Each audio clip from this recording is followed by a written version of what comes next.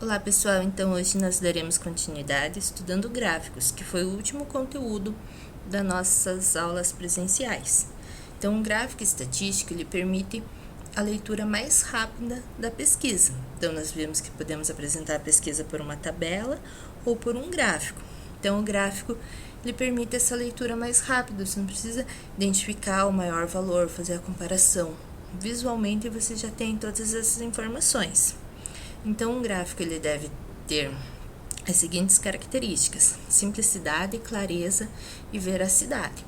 Então, simplicidade, menor quantidade de traços e cores melhor facilita essa leitura, de forma clara, e a veracidade, que eu não posso simplesmente mudar algum dado só para o gráfico ficar mais bonitinho. Então, eu tenho que apresentar realmente os dados da tabela, da pesquisa. E os gráficos nós podemos classificar em dois tipos: os gráficos de apresentação e gráficos de análise. Esses gráficos de apresentação, o objetivo é como de uma tabela, apresentar os resultados de uma pesquisa. E esses gráficos de apresentação, nós temos os diagramas, cartogramas e pictogramas. Então, o que seria o diagrama? Como o nome já diz, que ele é feito em duas dimensões, plano cartesiano. Então, o primeiro tipo que nós vimos foi o gráfico de linhas. Então, dado uma tabela, eu posso colocar no Excel e inserir o gráfico. Um gráfico que eu possa seriam as linhas, que vai unindo os pontos de cada um dos valores. Por exemplo, aqui eram anos, ele uniu as vendas de cada um dos anos. Observe que essa leitura é mais rápida que a tabela. Na tabela eu teria que comparar aqui os valores, verificar qual é o maior, verificar em qual ano corresponde esse maior valor. O gráfico já identifica isso de uma forma bem mais rápida visualmente. Outro gráfico que nós temos é o gráfico de colunas ou de barras. A única diferença é que um é feito na vertical e outro na horizontal. Então, aqui, para cada ano, a coluna correspondente à sua quantidade, ou a barra se optar por colocar a variável no eixo Y e não no X. Isso também, na hora que você seleciona o gráfico ali no Excel, fica também muito rápido. Outro método que nós temos é quando eu tenho uma coluna, uma tabela chamada tabela composta, com duas informações. Aí eu posso fazer um gráfico misto, que seria o gráfico de colunas justapostas ou sobrepostas. Como saber qual escolher? Então, depende do objetivo. Por exemplo, lá, se fossem vendas em duas regiões e eu quero comparar qual região vendeu mais, justapostas ficaria mais interessante, que eu comparo aqui que nessa região foi maior que essa, ou aqui exportação e importação, as comparações. Já se fossem vendas em duas regiões distintas e eu quisesse saber o total das vendas da empresa, sobreposta seria mais interessante, que ele fornece o total sem a necessidade de fazer a tabela com a soma dos dois valores. O próprio gráfico, somente com essas duas colunas, nós já obtemos as duas informações, tanto de uma coluna quanto da outra, como o total das duas. Aí, outro gráfico que também é bastante utilizado, o gráfico de setores, o famoso pizza. Esse gráfico ele é interessante quando nós temos poucas variáveis. Por exemplo, aqui que eram somente 4 tipos de refrigerante, 4 setores. E se fossem 20, por exemplo, ficariam em setores muito próximos um ao outro, dificultando essa leitura. Os dois outros tipos de gráficos de apresentação são os cartogramas, aqueles feitos sobre uma carta geográfica, por exemplo, um mapa. Eu quero apresentar a população do Brasil para cada estado, e ao invés de fazer um gráfico, eu pego o mapa do Brasil e coloco em cima de cada estado a sua população, é chamado de cartograma.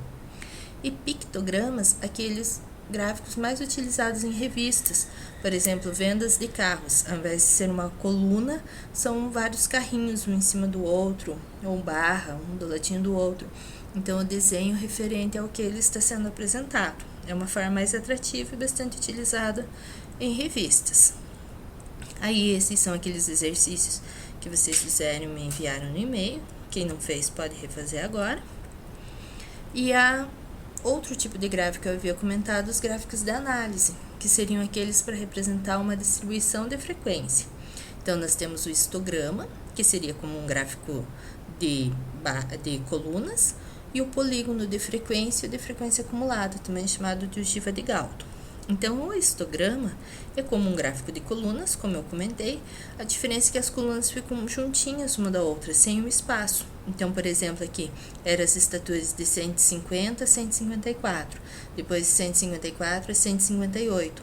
Como não há aqueles espaços lá, era só para o ano de 2000, só para o ano de 2001, aqui um valor já equivale ao outro, então as colunas ficam próximas sem aqueles espaços. Mas observe que é um gráfico de colunas quando você vai inserir rapidamente. O polígono de frequência é como um gráfico de linhas, que também fica o ponto no ponto médio do intervalo de classe.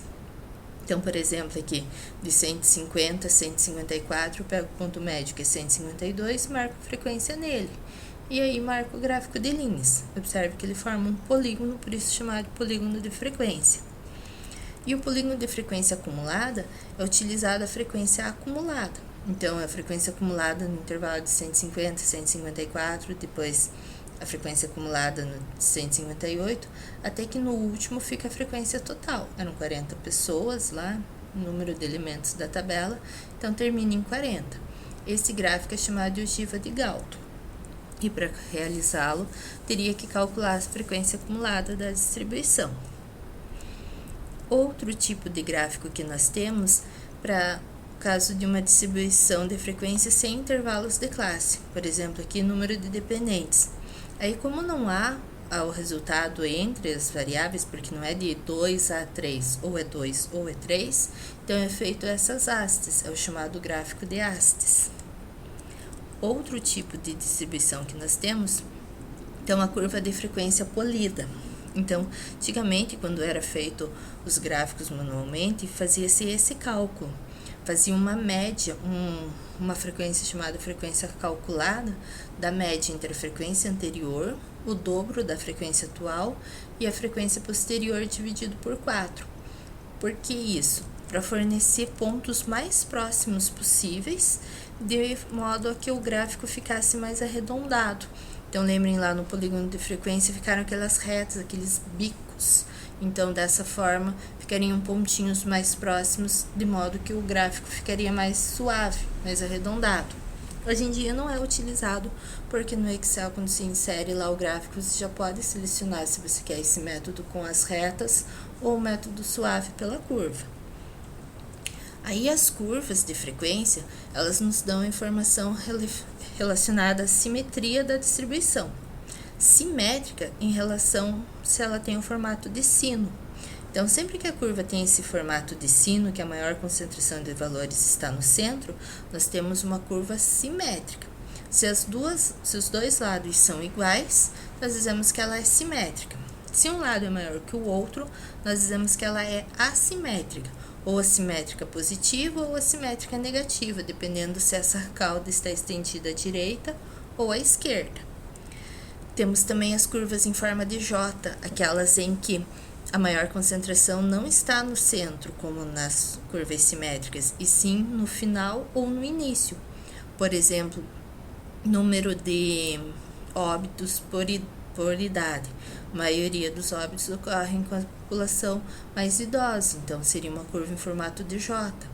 Ou um J invertido, para o caso de alguma outra informação que ocorre mais com valores menores. Então, são outros tipos de curva.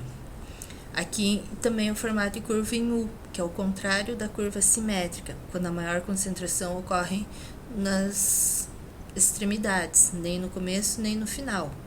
Como óbitos, por exemplo, também, que ocorre muito em crianças, recém-nascidos ou em idosos. Aí a maior concentração está nessas extremidades e uma pequena concentração na população adulta.